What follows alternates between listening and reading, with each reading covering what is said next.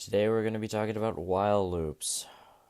So here you can see the structure of a while loop. It has the keyword while, then you have a condition, which we talked about when we covered if statements. Then you end your condition with your colon, and all the code that's indented by one more level is a part of the body, which gets executed.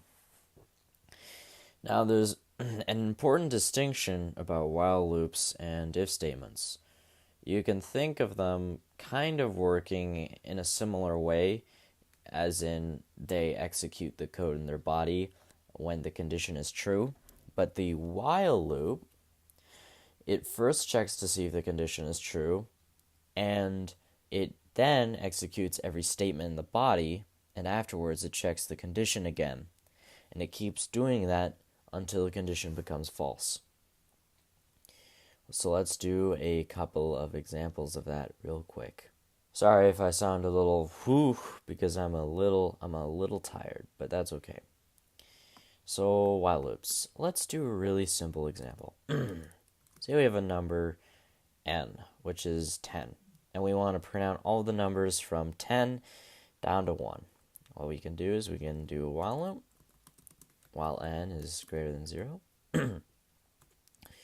We will print the value stored in n to the screen, and then we'll decrement the value currently stored in n. So what will happen is n is equal to 10. The while loop is going to check to see if n is greater than 0. Since 10 is greater than 0, enter the body. It'll print 10 to the screen and make n equal to 9. And it'll keep doing this until it prints 1 to the screen, and then it'll exit out of the loop, at which point we will print out to the screen done. Please note that this print statement is not indented by a level, meaning that it is not a part of the while loop. So if I run this, 10, 9, 8, 7, 6, 5, 4, 3, 2, 1, done. Would you look at that? That's kind of neat, right? Yeah, that's cool, I guess. What are some? Let's do something a little more weird. Say, let's get a message from the user. And what we're going to do is we're going to get some message from the user. That was stupid. I just said the same thing twice. Enter some message you want to say. And what we're going to do is we're going to get the number of times the user wants to put that up onto the screen. So we're going to convert the input into an integer. Enter the number of times you want to say that message. So then we're going to print out whatever message they gave us, the number of times they gave us. So while times is greater than 0, while we still need to print out the message, we're going to print out the message to the screen, and then we're going to decrement times. So it subtracts 1 from the value stored in times. So let's run that. So if I say my message wants to be hello Jim, with an exclamation mark at the end, and I say I want to say that 4 times, it will say hello Jim 4 times. So that's kind of cool. Neat. So there are 2 keywords I need to bring up, or maybe 3 actually, that I need to bring up. And those are break and continue. Okay. So say we are doing our earlier example of printing numbers to the screen, right? We're going to print the numbers from 10 down to 1 or something like that. But we want to have some sort of, twist to it. We want to stop if the value becomes 5. So what we're going to do would be similar. N is greater than 0. Print out n. And then what we're going to do is we're going to check to see if the value stored in n is currently 5. If it is 5, we're going to have this break command. What this is going to do, give me a second. Break out of the while loop if n is 5. Outside of that condition, beyond that if statement, we're going to subtract 1 from n. We're going to keep going. So what's going to happen is once n gets subtracted down to where it becomes 5, this is going to recognize that n is equal to 5, and it's going to execute this break statement. And a break statement, what it does is it prematurely breaks out of the current while loop. So if I run this, you'll see that it only prints the numbers from 10 down to 5, and then it stops the loop. And I can really illustrate that it stopped the loop by maybe at the end of it printing out loop ended.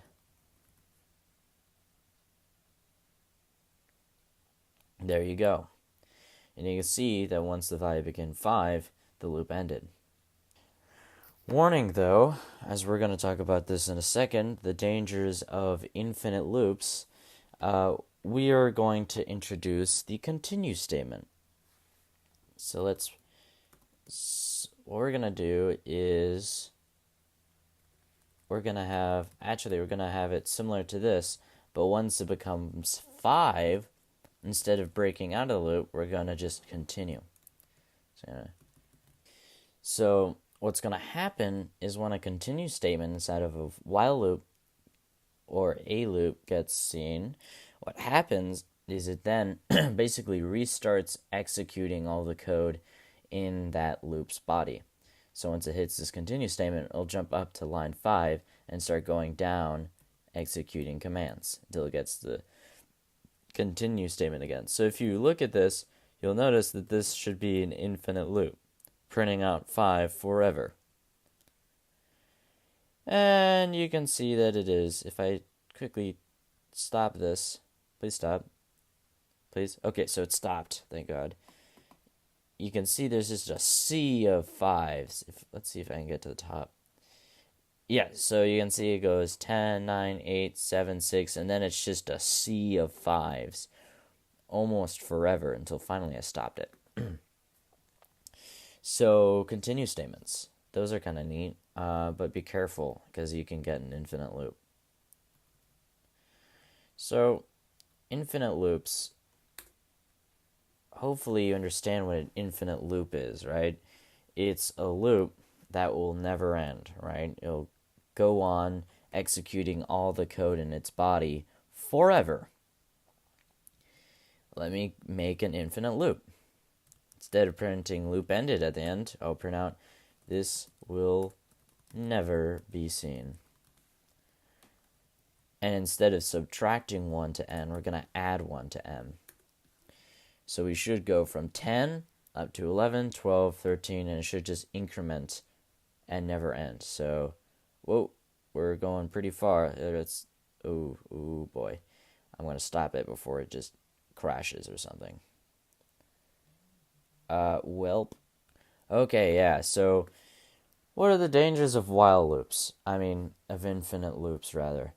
If you have an infinite loop, theoretically, it would run on forever. Really, if it was really bad, what would happen is that while loop would keep going on, executing every command in the while loop, in the body that is, until it chews up every resource on whatever server or computer you're running your program on. Until your program or that server happens to crash. Don't do that. That's just not nice. So what we have here in this while loop is something I would call a conflicting, I would say there's a conflict. There's a conflicting or contradicted condition here. Now, earlier when I had n-1 here, I could basically, by looking at this, I can guarantee that at some point this while loop will end. Because we're checking to see if n is greater than 0, meaning that once it becomes 0, the loop will end. And every time we're subtracting 1 to n, that means eventually, given that n is some integer above 0, it will subtract 1 from n until n is equal to 0. exiting the loop. But if instead I added 1 to m, what that means is we're checking to see if n is greater than 0, and as long as we're adding a value to n, that means it will never get down to 0. That means the while loop will never end. That's a contradiction of the condition. And the condition's right here. Okay, so yeah, don't use while loops. There's only a small handful of cases that you'd use a while loop. An infinite loop. If you do have an infinite loop, you need to have some if statement in there that when some value, when some condition gets met, that will eventually get met, it will break out of the loop. You have to have that. Otherwise, your program will not properly, end and give you a result. So no buenos. Okay, cool. Let's talk about for loops. What is a for loop? This is the structure for a for loop. So you have the lowercase word for, and then you have a variable name in iterable, and then you end that off with a colon. You have then indented. Whatever is indented by one more indent is whatever statements you'll have inside the body. So let's do an example. Oh, well, first you might be thinking to yourself, Alastar, what the heck is an iterable? Well, an iterable is some value or data type that holds or contains multiple separate values. And so far, we only know one data type that is an iterable, and that is a string. So let's see that in action. So one of the simplest examples to use with a for loop that I can think of is something where we basically go through every character in some input string. So we're going to have a variable called text, and we're going to have that be a string. Maybe it will be hello world. So for char, I'm going to call it char because that stands for character in text, and that with a colon. What we're going to do is we're just going to print out the character. So through every stage of the for loop, our character char is going to be reassigned to every next value, so character in this case, in our variable text. So on the first loop, char is going to be equal to the single character h. And then on the second loop around, it's going to be equal, it's going to be equal to the e. And then we'll move on to the L, and then the other L, and then the O, and then the space, and then the W, and the O, and the R, and the L, and the D, and the exclamation mark. And then once it has gone through every single character in order in the string, it will exit the loop. So when we run this, we should see each character be in the text hello world be printed out to the screen one after another on new lines. And that's exactly what we see. So that's cool. And with this, we can do some interesting things, like we can have eCount be a variable, which is 0. And we can count the total number of times that the letter E shows up in the text. So we can do if char is equal to E count plus equals 1. So once it's going through every single character in the text, in the variable text, which holds a string, it will see if that character is an E. And at any point it'll add 1 to the number of E's that it's recognized. So we see, oh boy, I did not do that right. If I fix that and run that again, you'll see that there are only 1 E's in this text. But if I did hello world, there are now 2 E's. So that's cool. Another thing that you can do with for loops is you can go through ranges of numbers. right? So what if we wanted to go from 1 up to 10? That's real easy. And just print out the numbers. So we can do for n as a number in range 1 to 10. We'll print out n.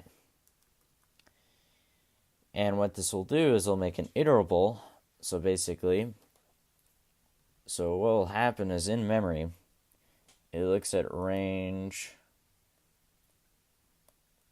1 to 10. And this won't print out all the numbers from 1 to 10. I'll actually print out all the numbers from 1 to 9. I'll explain that in a second. So it starts at the number 1 and ends right before this number. And we'll talk about a third value that you can supply for the range command, which is called the step. But if you don't supply the third value, it's assumed that the step is 1, so we're incrementing by steps of 1. So what's going to happen is it's going to create an iterable. So it's going to go make a bunch of numbers in memory, and it's going to be like, okay, I'm going to start counting from 1 to the end. So 1, 2, 3, 4, 5, 6, 7, 8, 9, and then it sees that it ends at 10, so it says, all right, this is the solution. This is all the numbers that we're going to use in this case. So, therefore, if we wanted to have all the numbers, if we wanted to use all the numbers from 1 to 10, you would actually have to, that's really bad. So if you wanted to print out actually all the numbers from 1 to 10, you would have to go have a range of 1 to 11 because it stops right before the end value. So it'd go 1, 2, 3, 4, 5, 6, 7, 8, 9, 10. And then it'd see the next value is 11, and it'd stop right there and be like, okay, here are all the numbers that are going to be used here. So if we go back to our example, and we run this, you'll see that it prints out all the numbers 1 to 9. And that's because it stops right before 10. So if I just simply change that to 11, it will include 10, and now it prints out all the numbers 1 to 10. Okay, what if I wanted to print out all the numbers from 10 down to 1, though? Well, let's change this, 10, and we're going to have it go to 0 because it will not include 1. Otherwise, now it'll include 1 because we stop before we get to 0. And we're going to do a comma and add a third value, which is -1. And that's our step. And that tells the program that we're going to be going from 10, and then we're going to take the last value, so 10, and add -1, which means we'll go from 10 to 9 to 8 to 7 to 6 to 5 to 4 to 3 to 2 to 1. So if I run this, I did not lie to you, and you'll see that it goes from 10 down to 1. But we can change this up too. Say we go from 0 up to 11, and our step is 2. This will give us all the even numbers from 0 up to 10. So 0, 2, 4, 6, 8, 10. Neat, neato, neato, neato. If we change this to 3, and we change this to 1, I guess, it would go in steps of 3. So all the odd numbers, or maybe not, some of the odd numbers, more like the numbers divisible by 3, or whatever, here, more like this, all the numbers divisible by 3. But that's cool. So let's do some examples real quick. I'm going to use a while loop for one of my favorite mathy things, which is called the Collatz Conjecture. So what's the Collatz Conjecture? So if I remember from my days in some math class of mine, I think it was geometry, we talked about theorems, but a conjecture is different from a theorem. If I remember correctly, a conjecture is some idea that has not been disproven or proven yet. It's on the table, but hasn't been proven. So for the Collatz conjecture, we have a series of rules that we can apply to some number of ours, some number n, okay? And so what we're going to do, we're going to apply two rules to the number n, and we're going to change its value. So if n is even, then we're going to change the value in n, and I'm going to write this as I would in Python. Nope. There. If n is even, then we're going to divide the value stored in n by 2. If n is odd, however, then we're going to make n equal to itself multiplied by 3, and then we'll add 1 at the end. So we're going to change n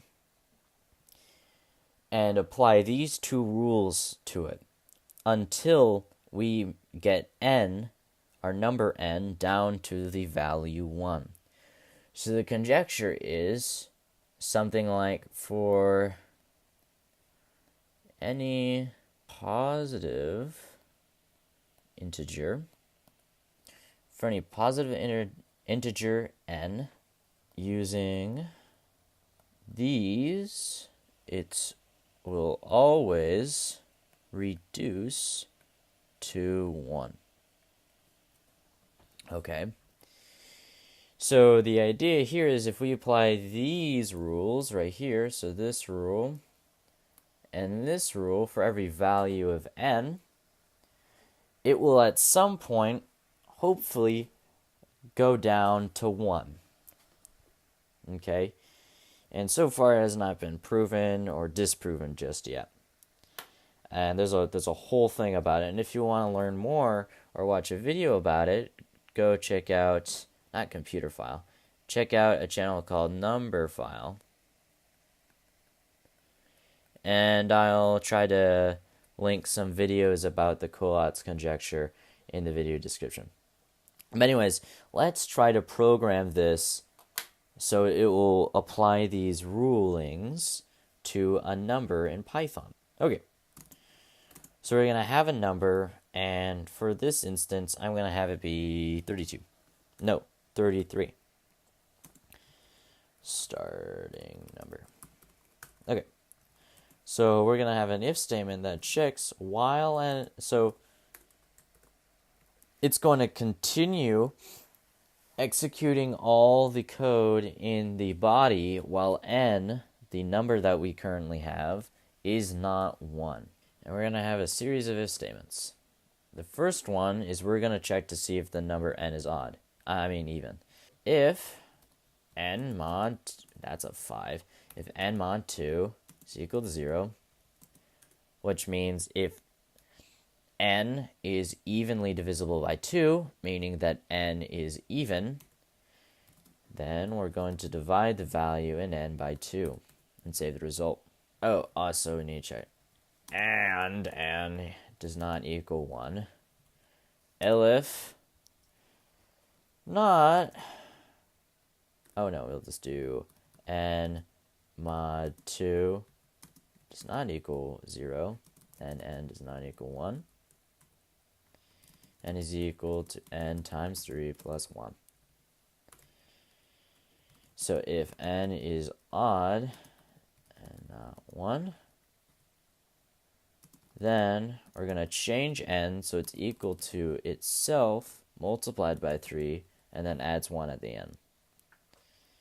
So we, in the first if statement, we check to see if n mod 2 is equal to 0. So if the remainder from dividing it by 2 is 0, that means it's an even number. So conversely, if getting the remainder of dividing the number by 2 does not equal 0, then that means it must be an odd number. And what we can do at the start of this is we can just print out the value currently stored in n. So show current n. So if these if statements if none of these if statements have been executed, meaning basically if none of these conditions are true, meaning n is 1, it'll just break out of the loop for us.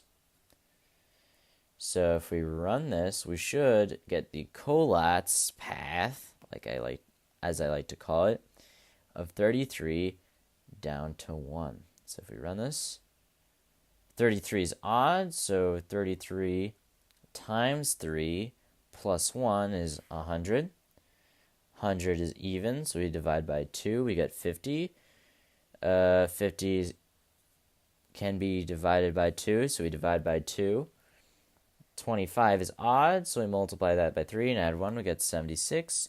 And we continue applying these rules, and we stop down at 2. But here, if I add print n, show that n is now 1.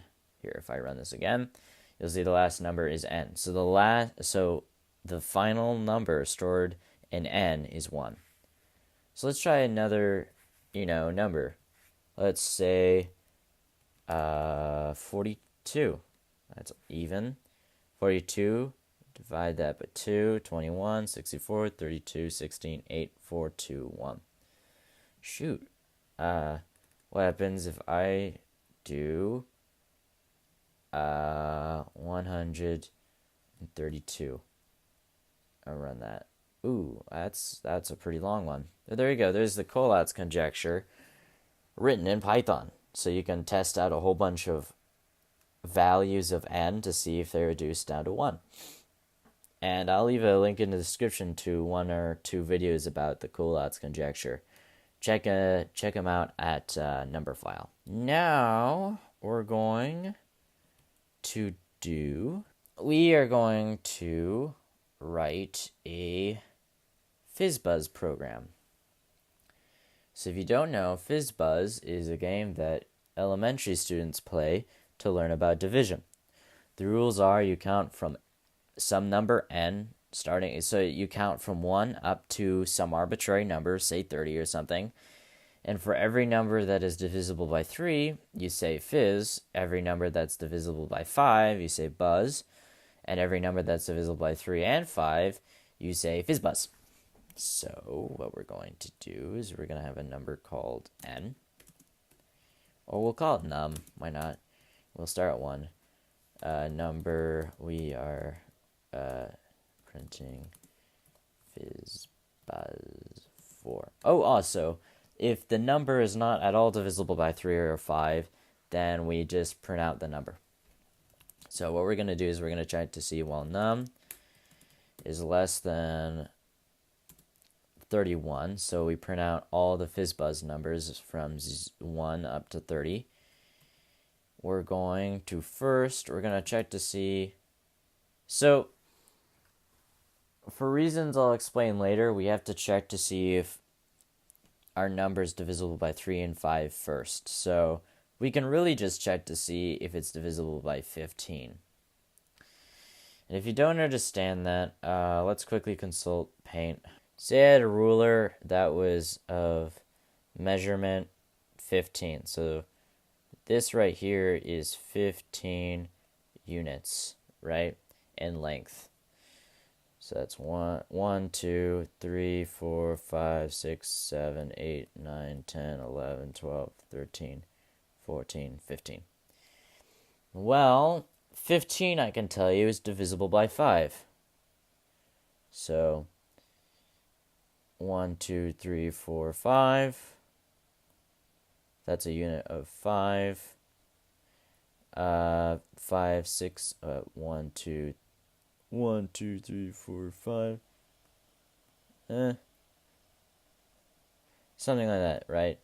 5, 5, 5, 10, 15. Something like that. You can get 15 by dividing it by, you can get 15 by multiplying 5 by 3. So this also means that this can be broken up into units of 3.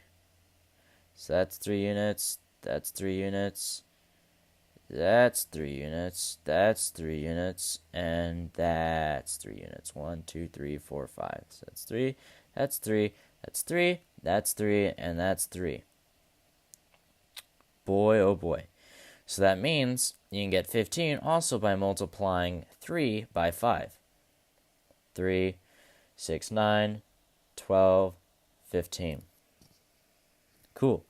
So that means since a ruler of 15 can be broken up into units of 3 and 5, any number that can be written as being built up from rulers of length 15, that means it also can be built up of rulers of 3 and 5.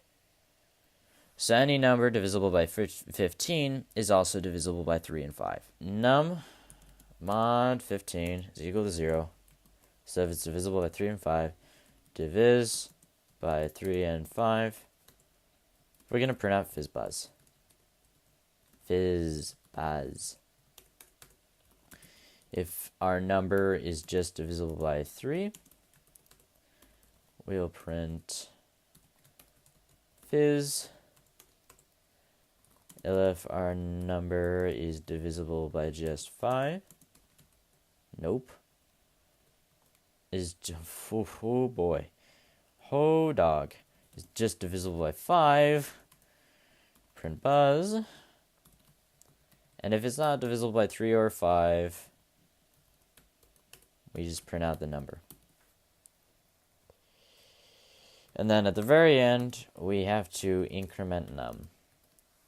So if you run this, 1, 2, and that's 3, that's divisible by 3, fizz, 4, 5, 5 is divisible by 5, so we get fuzz, 6 is divisible by 3, so we get fizz, 7, 8, fizz, then buzz, 11, fizz, 13, 14, and then 15 is divisible by 15, so we get fizzbuzz, 16, 17, fizz, 19, buzz, fizz, 26 fizz, 28, 29 fizzbuzz.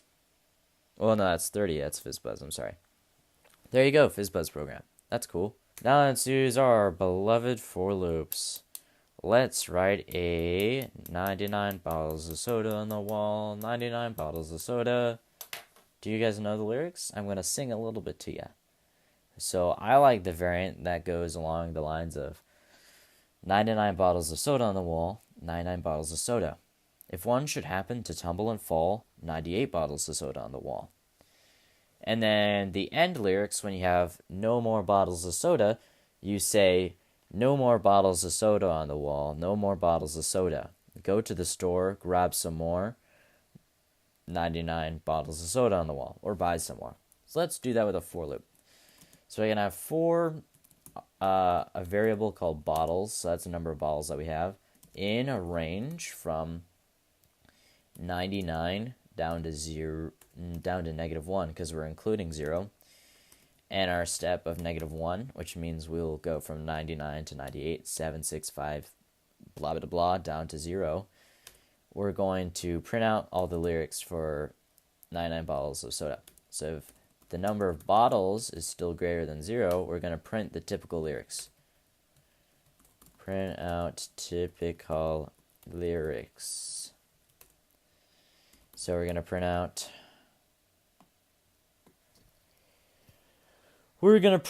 first, not in a string, we're going to print out the number of bottles that we have. So the number of bottles that we have, bottles of soda on the wall.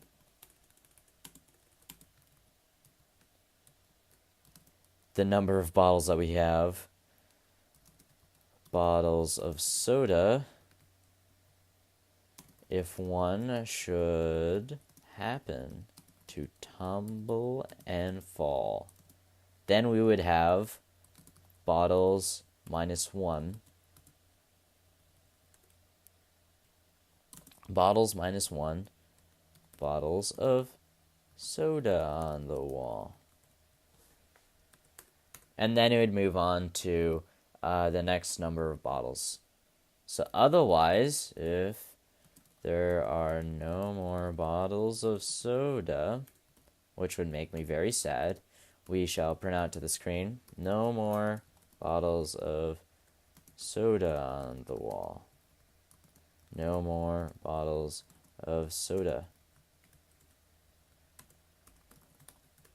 Go to the store, buy some more, 89 bottles of soda on the wall. So you run this. We get all of the lyrics. So we go up here. We see 99 bottles of soda on the wall, 99 bottles of soda. If one should happen to tumble and fall, 98 bottles of soda on the wall. We go all the way down to 1. We see 1 bottles of soda on the wall, 1 bottles of soda.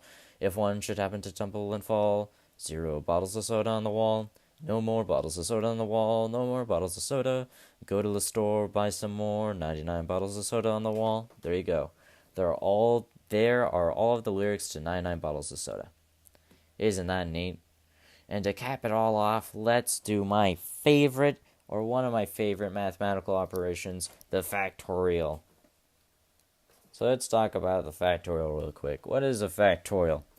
The factorial of any given number that is greater than 0 is...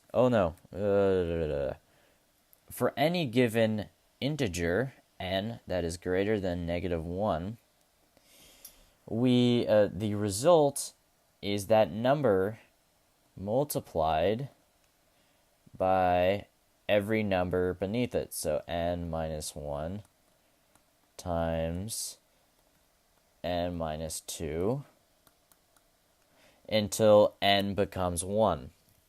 So, for example, the factorial of 3 is equal to 3 multiplied by 2 multiplied by 1, which is equal to 6.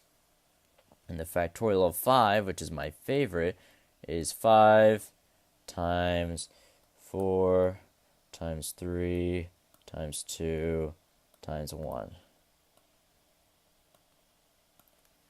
which gives you 120. And the only reason I use parentheses for that for multiplication is I didn't want to draw out a bunch of star symbols because I'm lazy. But anyways, let's see how we could implement that with a for loop. And actually, this is a lot simpler. Oh, there's a lot less code to do it than doing it with a while loop. So if we erase all this, what we're going to have is a number, which is going to be the number we're computing, like the number factorial. So 5, compute the factorial of this number. So n factorial. And we're going to have another variable called total, which is going to be equal to 1 at the start. So the total, the factorial we have calculated. We're going to go for x in range. So x is going to be our temporary variable, which will be each number from 1 up to our number. But we're going to shorten it, so it goes to 2 up to our number. And we have to do n plus 1, so we include our actual number. Because remember, if it was the factorial of 3, it would have a range from 2, 3, 4, and then it would stop before 5. So if we do n plus 1 as our range, end of our range, it will include 5, which we want. And then we're just going to multiply the current value in the total by our current number x. So multiply the total by this number x. And then when we print out the result, so we do 5, if we do our number n, and then I add a backspace so that it gets rid of extra spacing, exclamation mark. So n factorial is equal to the total. Show the computed factorial. If I run that, you'll see, oh god, it looks ugly in that. I'll just get rid of it. Here I'll convert our number n into a freaking string and do it. There you go. 5 factorial is equal to 120. If I change this to 4, you'll see that it's 24. And if I did 3, it should be 6. And indeed it is. And the factorial of 10 is a big one. It's a big number. Wow. You see that's a big number. Okay, cool. So we did that. That was kind of cool. And honestly, you could change this just a slight bit to take the sum from the number n all the way down to 1. So that'd be cool. Try doing that as a example in your spare time. Hope this video helped in some way, and I hope you have a wonderful evening. See you next time.